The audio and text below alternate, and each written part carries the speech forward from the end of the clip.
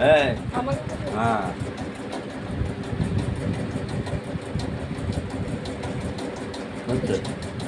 এইটার বেলায় এইরকম চওড়া কাটবে আর এইরকম লম্বা কাটবে। এইটা 3 থেকে 3.5 ইঞ্চি চওড়া হবে আর বডির উল্টো দিকে বসাবে। বডির উল্টো দিকে বসিয়ে এক চাপে সেলাই করবে।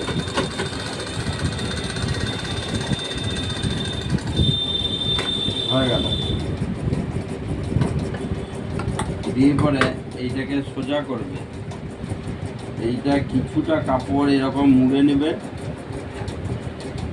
এবার এই যে সেলাইটি হয়েছে ওইটা শুধু ঢাকা হয়ে যাবে।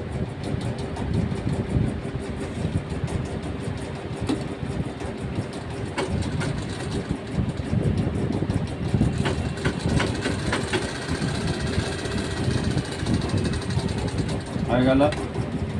এটা লবে লবে সেলাই। এইটা আবার চাপে দিতে হবে।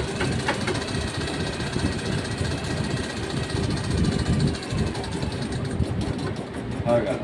এইটা হলো কি ঘরপটি। কি হলো? ঘরপটি। হুকের ঘরগুলো এইখানে লাগবে। হ্যাঁ, এবার স্টপ করো, টানা থাকবে না। হুকপটি কাপড় এরকমই সমান নেবে, শুধু একটু সরু হবে। মানে এটা 1.5 ইঞ্চি চওড়া হবে। 1.5 ইঞ্চি চওড়া কেটে এইটা সোজা দিকে বসাতে হবে। ওইটা যেমন উল্টো দিকে বসাইছিলাম, এটা সোজা দিকে।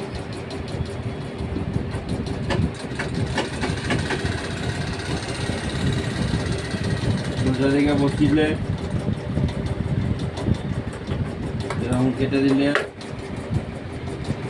নখ মারলে যে এইটার উপরে একটা লবের সেলাই দিবে।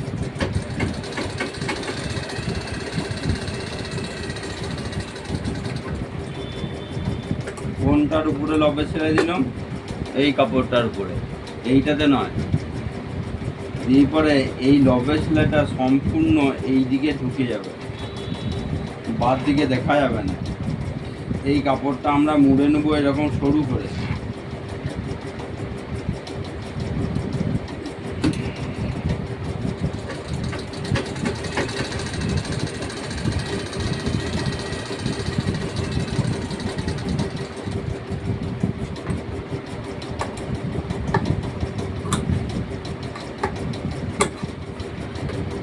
এইটাতে হবে খুব।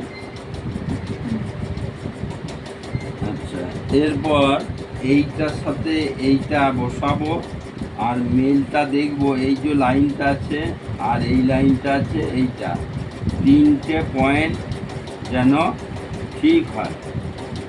দেখো গোলা চলে এলো। হ্যাঁ, আর এই পয়েন্টটা এই পয়েন্টটা এই পয়েন্টটা যেন ঠিক হয়। এই দিকে বাড়া কমা যা হয় হবে, ঠিক আছে? যদি এই পয়েন্টটা ঠিক হতে হবে, নাহলে একটা খাপ উপরে হয়ে যাবে, একটা খাপ নিচে হয়ে যাবে। ঠিক, কাটতে হবে মানে কোনাকুনি, এইরকম কোনাকুনি করে কাপড়টাকে কাটতে হবে।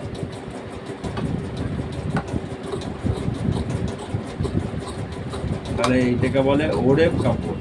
কি বলে? ওরেফ। ওরেফ কাপড়। কাপড়ের 3টে ভাগ, একটা আড়া, একটা খাড়া, একটা ওরেফ। ঠিক আছে? এই ওরেফ কাপড়টা অনলি ফর গোলা ক্ষেত্রে কাজে লাগবে, আর কোথাও লাগবে না। ঠিক আছে? এইটা টানলে দেখবে প্রচুর বাড়বে, স্প্রিংয়ের মতো। দিয়ে কাপড়টি এরকম করে বসাতে হবে।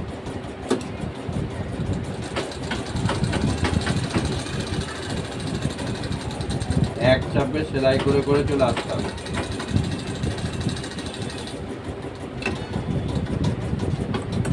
হয়ে গেল। এরপর রাউন্ডের জায়গাগুলো একটু করে কেটে নিতে হবে।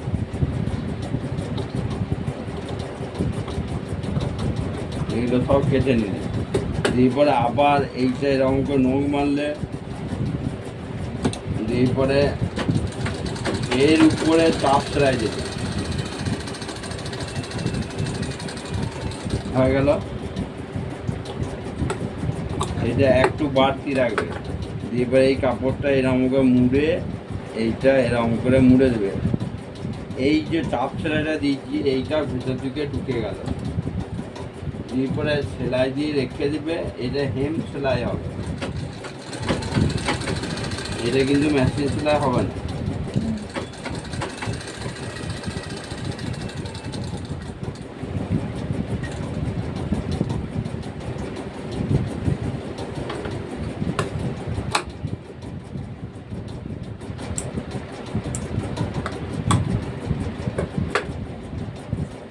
একদিকে গোলাটা আমাদের হয়ে গেল।